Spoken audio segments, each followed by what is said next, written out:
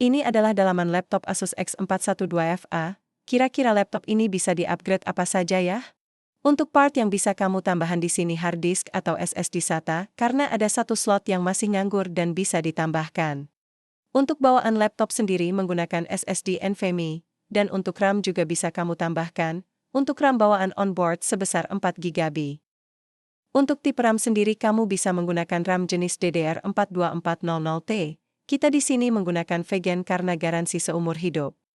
Laptop apa lagi yang mau kita lihat dalamannya tulis di kolom komentar.